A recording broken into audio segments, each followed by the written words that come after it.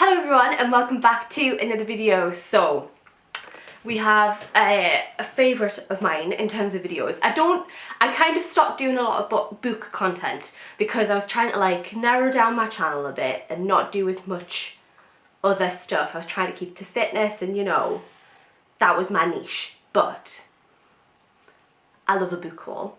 I love filming them, and I did a sizable book haul, all thanks to my lovely friends George, Amber and Elle, who got me a gift card for my birthday. So if anything, it's them, blame them. I don't blame you guys though, I love you guys for getting me it. But we have a big book haul today. I have 1, 2, 3, 4, 5, 6, that is one book, 7. I have already taken it out of the bag, but they are all from Waterstones. I'm excited. There is a mix of book within this, they're all fiction. There is a bit of a mix of genre. We do have one book from Jack in here. I thought I'd include it because it just gives another book, doesn't it? And we have a few from different series, but I thought I'd include them anyway and we'll talk through them. I'm going to go straight into it. I'm not going to blabber too much. One thing I will say is I'm going to leave the links below, but I'm going to leave the links for Waterstones and bookshop.org. Is it bookshop? Or is it bookstore? I always get it wrong. If you can hear my dog in the background, I apologise. But it's either bookshop or bookstore. I'm going to leave my affiliate links below because that is a website that gives money to local bookstores. So it helps support like small businesses and things like that. So I'm going to leave the links to both of them below. It's up to you where you choose from, but obviously Bookshop supports small businesses. Anyway, let us get on with it. So we have A Court of Silver Flames. So this is the, well, I say latest, it's like a year old now, but the latest installment for A Court of Thorn and Roses. I haven't actually read this yet. I waited until the paperback because, oh you can't see it, it's on the bottom shelf. I have the entire original series in paperback. I refused to buy it in hardback and I wanted to wait until it came out because when I finished the original series, it wasn't that long until this one came out in paperback, so I've waited. So I'm very excited. If you are new to A Court of Thorn and Roses, Court of Thorns and Roses, the original series is 4 books. The last one's a novella though, so I don't know if you call it a trilogy, but this is following a character from that, and then it becomes like her story. I think that's how it's going. I'm not sure if there's going to be more. I think there is, but this is following another character in it. I won't spoil it who if you haven't read it because it is a little bit of a spoiler with who it's about. So I'm very excited to read this. This was $9.99, which you know what, for a big book, I'm not bothered about. It's chunky. I also like these covers. There are a few different covers for Akatar. These are the covers that I like, so I'm happy paying $9.99 for that. Should I? No, I'm not going to read the blurb in case you haven't read Akatar and you don't want to know who it's about, but I got the next installment. We have 3 books from series, so I thought I'd include those ones first. So we have The Ballad of Songbirds and Snakes. This is the Hunger Games prequel. I wanted to read this because the trailer got released for the film of this book. Well, not the trailer, the teaser trailer came out like this week, and I want to read it before it comes out because I didn't do that with Hunger Games. I read them way after the film, so I wanted to be able to say that I read it before it came out. I am quite looking forward to it because it's about snow, and I like the Hunger Games world, so reading the prequel, it's a little bit exciting because I like to know how it all comes out. But this is the prequel to it. This was $8.99. Again, I think they're all going to be about the same, but I will include if any were in special offer. I think only one was. But yeah, and I like how it matches within them. Where are my Hunger Games books? Oh, they're at the top. Is that in frame? No, it's not. Yeah, my Hunger Games are all... Oh, it's not going to be next to them. Oh, no. No, it's green. I have a colourful bookcase. And it's the other ones are black. And this is green. This is going to be all the way down here and there. Oh, no. Ah, well. It's okay. Anyway, yeah, that is the prequel. I'm excited to read it. If you want to read it before the movie comes out, I'd get it now. I found the Hunger Games books one of the easiest books to read ever. It's the easiest ever books out. They just read so fluently. Like, I struggle with reading, and I didn't even bat an eye with that. I got through it so quick, and I found it so fast-paced. so easy to read. So if you haven't read them, I'd give them a shot, and then read this one as well. Last one in the series books. It was in offer, and I can't believe it because this is new. This is new. So this is the Merciless Ones. This is a, it's just covered. This one is one of my facing books because it's beautiful. So actually I'm gonna get it because I've got to show you how beautiful this book is. So this is the first one, and look at this. Look at how beautiful these books are. This is on the, like, this is a front facing book, and rightly so, because look at it. This is a stunning book. So this is the second, this is just came out and it was in buy one get one half price. I thoroughly enjoyed the first one. It is fantasy. I don't know what type of fantasy you'd class it as, but it's a different universe, and you have the people who are called the Gilded Ones, and they have gold in their blood, and I don't know how to describe it better than that.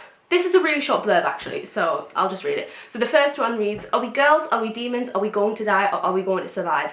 In this bold and immersive fantasy, a young heroine fights to save a world that would dare tame her and discovers she is her own fiercest weapon. So it follows this girl, I can't even remember her name, and I swear I only read this like 2 weeks ago. She's called Decca.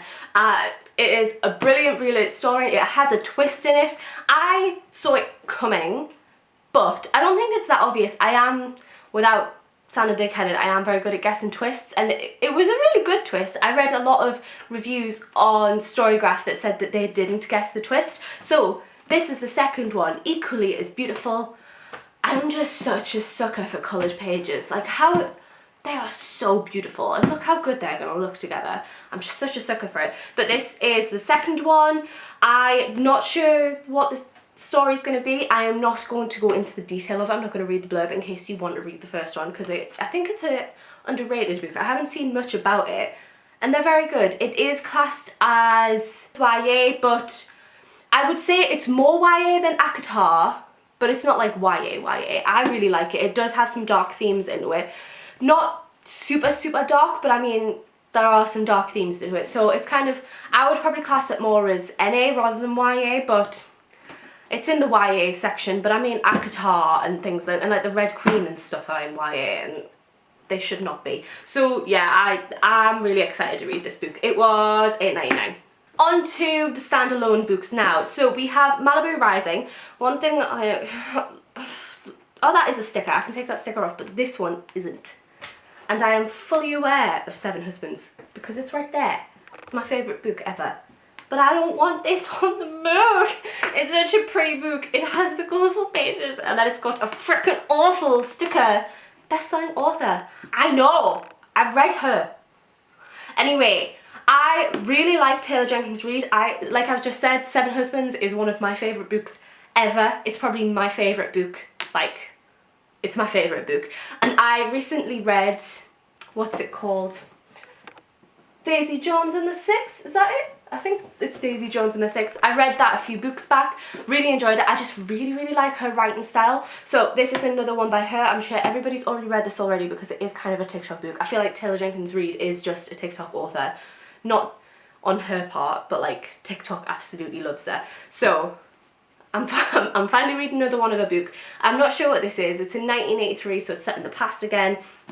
But do you not think that's just another stunning book? Like, look at that. Jack didn't like this. I love this, and how it's like a bit offset, and then there's and then look at the colour on the pages.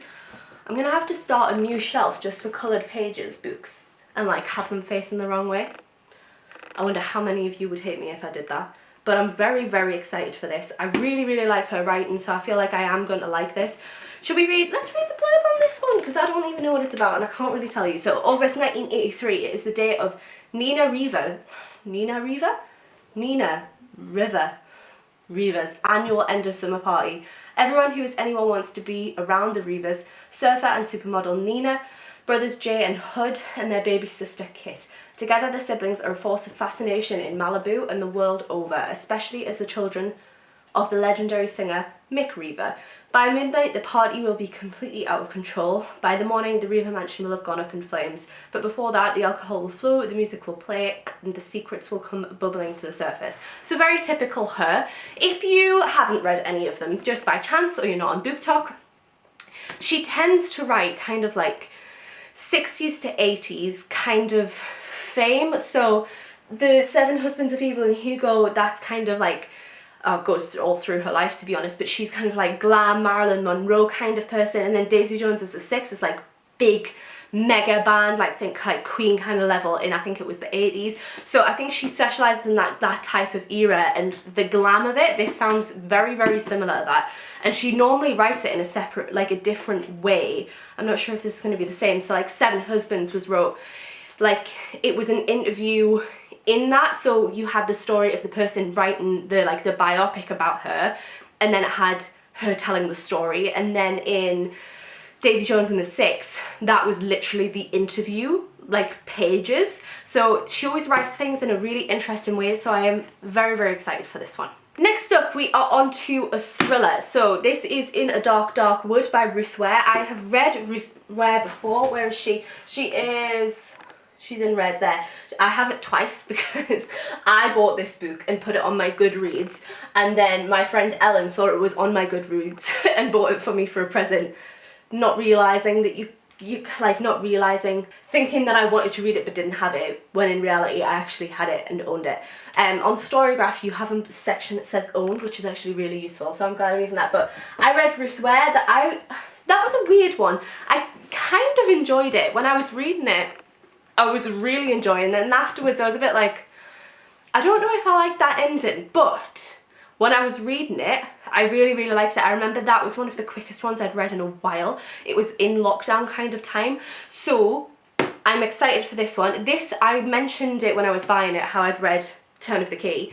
The lady in Waterstone said that this was actually her first one, and it's set up here. So I'm from the northeast, and this is set in Kielder, which is a big water reservoir our way. So I'm excited that it's from up here, and I really did like her writing style. So should we talk about what it's about?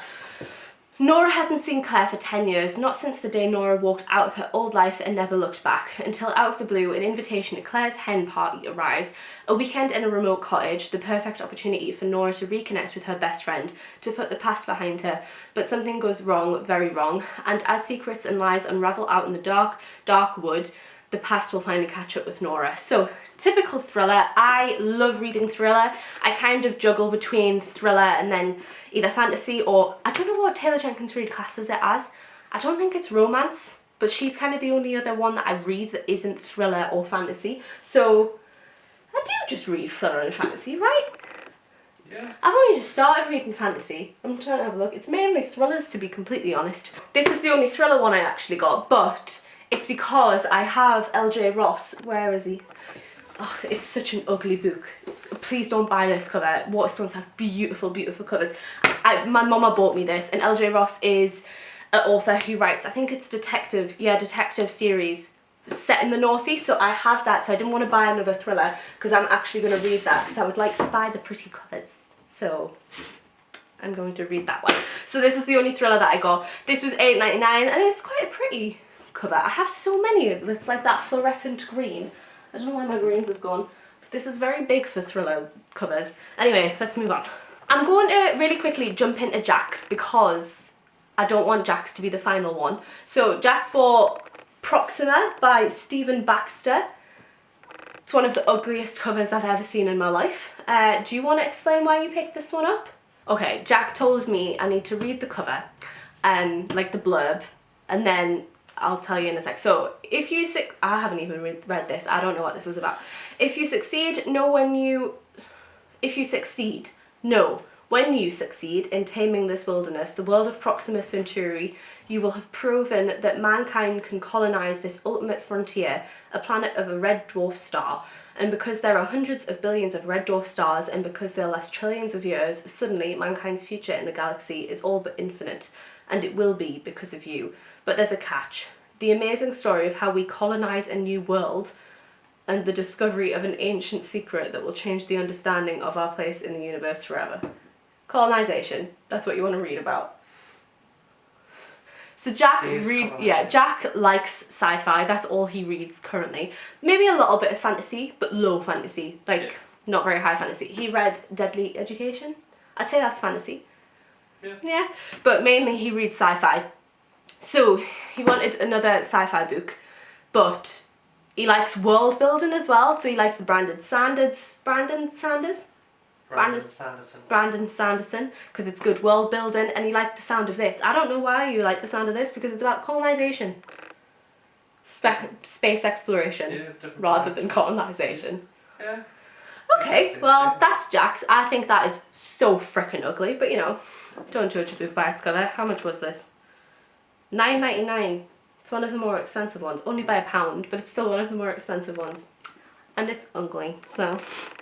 Right, last one. Ooh, no, dropped it! I'm gonna have to do that again. Right, last one. I did it. I've taken the dive, and I think I'm going to read it. So, I hope you can only see the front. So this is Priory of the Orange Tree. And if you haven't seen this book, that is how big, I'm not being funny, but look at it. Look at it. It's so freaking big. It's actually insane. Like, I have been deciding whether to take the plunge or not for a long time. And George, who actually was one of the people who got me this voucher, loves this book. So this is on behalf of George. I'm reading it because he wanted, like, he says it's a really good book. So Prairie of the Orange Tree is fantasy. I'm pretty sure like it's a sapphic fantasy. It doesn't really have a blurb, to be honest. It just says, a world divided, a queendom without an heir, an ancient enemy awakens. I'm pretty sure it's very, oh my god, that font is so small. Is it? Look how big this is. The font is so small. Bloody hell. Right, okay. You know what though? I'm feeling a bit more optimistic about it now, because I've always, well not always, I have been saying for a long time I'm not reading it, I'm not doing it, but I've heard really, really good things, and I struggle with fantasy. I've only just started getting into it. The only fantasy that I really read is ACOTAR. I don't think I've read anything fantasy but Harry Potter and The Hobbit, and even then I struggled with The Hobbit. And then I suppose the Gilded Ones is a little bit of fantasy, but I struggle with it. It's very hard for me. I don't have imagination, essentially. So world building is difficult, but I've heard very, very good things about her writing. I quite like how it's long, because I hate it when like a story feels like it could have been expanded more, but they've tried to keep it shorter for the sake of keeping it a bit smaller book. So as long as I like the story, I don't feel like this will put me off too much. Also though, look how pretty it is. Like, isn't it so pretty? Like, and then it goes round to the side. Like, oh my god. The second one is coming out soon as well. I think, I think I saw the author's TikTok, and she's sent that away for publishing. No, she sent it away for, she wanted to send it away for something, but she was saying she met her deadline, so it's probably going to come out in like a year's time or something. So I would like to read this and then go on to the second one. But I'm gonna try it. We're gonna hopefully give it a go. This was $10.99, but you know what? For the size of it, I'm not surprised. It's a chunky book, but I'm hoping it's gonna be fine. That was all of it. This is the, let's have a look at the pile, shall we? Let's not drop them. Let's not drop them. I think that's a good haul of books. I think that, and look at how pretty these books are. There's such a range of colours. I'm so excited. I don't know which one I'm going to start with first, but I'm excited for them. I think I'm probably going to start with the Gilded Ones, because I only just finished that one like 2-3 books ago, and it's still fresh in my memory. I will be doing my video that I normally do at the end of every year, where I run through the books that I've read this year at the end of the year. That was such a like convoluted way of saying things. I hope you understood that. So I will run through the books that I've read at some point, but they are the books that I recently bought. I hope you enjoyed.